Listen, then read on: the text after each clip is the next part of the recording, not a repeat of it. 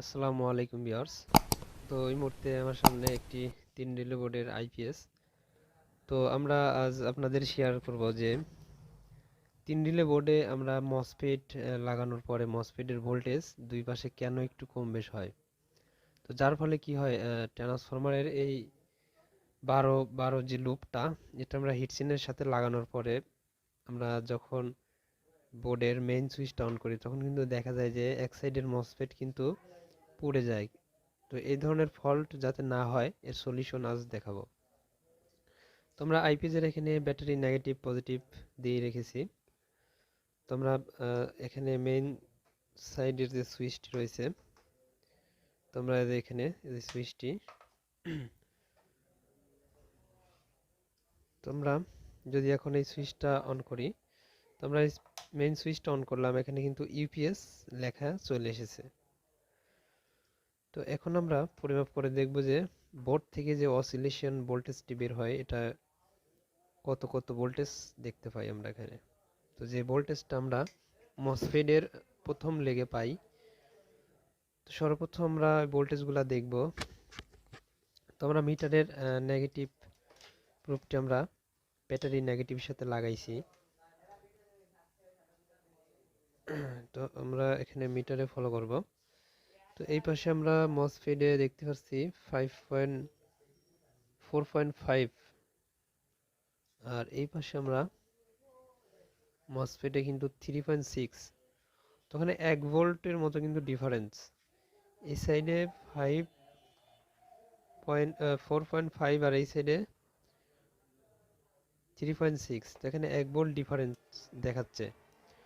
তো আমরা এখন এই 3 রিলে বোর্ডের যে হার্স, এখানে যে বোর্ডে হার্স লেখা আছে, তো আমরা এখানকার ভোল্টেজ পরিমাপ করব। দেখব যে আমরা অসিলেশন বোর্ড থেকে হার্স ভোল্টেজ কত বের হচ্ছে। তো আমরা যদি এই পাশে দেখি, তো ভোল্টেজটা 4.5 এবং তার অপোজিট পাশে হার্স ভোল্টেজে আমরা 3.6 পাচ্ছি। তো আমরা যে পাশে 3.6 ভোল্টেজটি পাচ্ছি, তো ওই পাশে আমাদের দেখতে হবে একটি ট্রানজিস্টর দিয়ে কিন্তু এই সুইচিং ভোল্টেজটি আউট হচ্ছে। তো এখানে দুটি ট্রানজিস্টর আছে। তো আমরা অপোজিট পাশে দেখব যে এখানে, তো আমরা এখানে ফলো করলে দেখতে পাবো যে এই দুটি যে ট্রানজিস্টর আছে, তো এই দুটি ট্রানজিস্টরের আমরা মান দেখব প্রথমে। এখানে 547 এবং 557 দুটি ট্রানজিস্টর আছে একটি একটি করে। তো আমরা এই দুটি ট্রানজিস্টর বোর্ড থেকে খুলে আমরা ট্রানজিস্টর পরিমাপ করব যে ট্রানজিস্টর ঠিক আছে কিনা। তো যদি দেখি আমরা ট্রানজিস্টর নষ্ট, তাহলে ট্রানজিস্টর লাগাবো এবং দুই পাশে কিন্তু সেম ভোল্টেজ আসতে হবে। তো যদি সেম ভোল্টেজ আমরা না পাই, তখন আমরা দেখব যে এই মেইন আইসি থেকে হতে পারে, এটা যে এই আইসি থেকে হতে পারে হার্জ ভোল্টেজের যে আইসিটা। তো আমরা আগে দেখব ট্রানজিস্টর চেক করব সর্বপ্রথম। তো আমরা বোর্ড থেকে দুটি ট্রানজিস্টরই খুলেছিলাম। খোলার পর এখানে আমরা দেখতে পেলাম যে এই একটি ট্রানজিস্টর এখান থেকে শর্ট ছিল। এক পাশে মাপ দেখাচ্ছিল এবং অন্য পাশে এটি মাপ দেখাচ্ছিল না। মূলত ট্রানজিস্টরের নাম্বারটি হলো 557।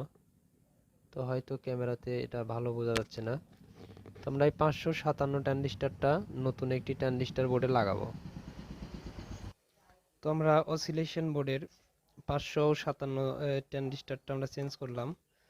আর এখন আমরা বোর্ডটি বসিয়ে আমরা মাল্টিমিটার দিয়ে মসফেটের আমরা হার্স যে ভোল্টেজটি, অর্থাৎ অসিলেশন বোর্ড থেকে মসফেট বোর্ডের হার্স ভোল্টেজ আমরা পরীক্ষা করে দেখব যে এখন দুই পাশে সেম মানের ভোল্টেজ আছে কিনা। তো আমরা মাল্টিমিটারের নেগেটিভ প্রুফটি ব্যাটারি নেগেটিভের সাথে লাগানো। তো এই পাশে আমরা দেখব এখন 4.5 ভোল্ট দেখাচ্ছে এবং অপোজিট পাশে যদি আমরা একটু দেখি, এ পাশে কিন্তু সেম ভোল্ট। তো দুই পাশে কিন্তু অ্যাকুরেট ভোল্টেজ থাকতে হবে। যদি এক পাশে দেখা যায় যে 3 ভোল্ট, এক পাশে 4 ভোল্ট কিংবা 5 ভোল্ট, তাহলে কিন্তু ট্রান্সফরমারের লুপ দুটি লাগানোর সাথে আমরা যখন অসিলেশন বোর্ড থেকে হার্জ ভোল্টেজ 1 ভোল্ট কম পাবো মসফেট বোর্ডে, তখন যে কোনো এক সাইডের মসফেট কিন্তু সাথে সাথে ফেটে যাওয়ার সম্ভাবনা থাকবে। তো এখন কিন্তু দুই পাশে সেম ভোল্টেজ দেখাচ্ছে। তো আমরা যদি এখন মসফেটের হিটসিনের সাথে আমরা ট্রান্সফরমার এই দুটি লুপ লাগাই, তাহলে কোনো ধরনের কোনো ফল্ট হবে না, মসফেট ফাটার সম্ভাবনা থাকবে না। তো আপনারা যারা 3 রিলে বোর্ড দিয়ে এই কাজগুলো করেন, অনেকেই আছেন যারা নতুন, একদম কিছুই জানেন না, তাদের জন্য ভিডিওটি। আর ভিডিওটি যদি ভালো লাগে অবশ্যই একটি লাইক দিবেন। আর আমাদের চ্যানেলের নতুন ভিডিও পেতে অবশ্যই আমাদের চ্যানেলটি সাবস্ক্রাইব করে পাশে থাকা বেল আইকনটি বাজিয়ে দিন। তো আজ এ পর্যন্তই, দেখা হচ্ছে নেক্সট কোনো ভিডিওতে।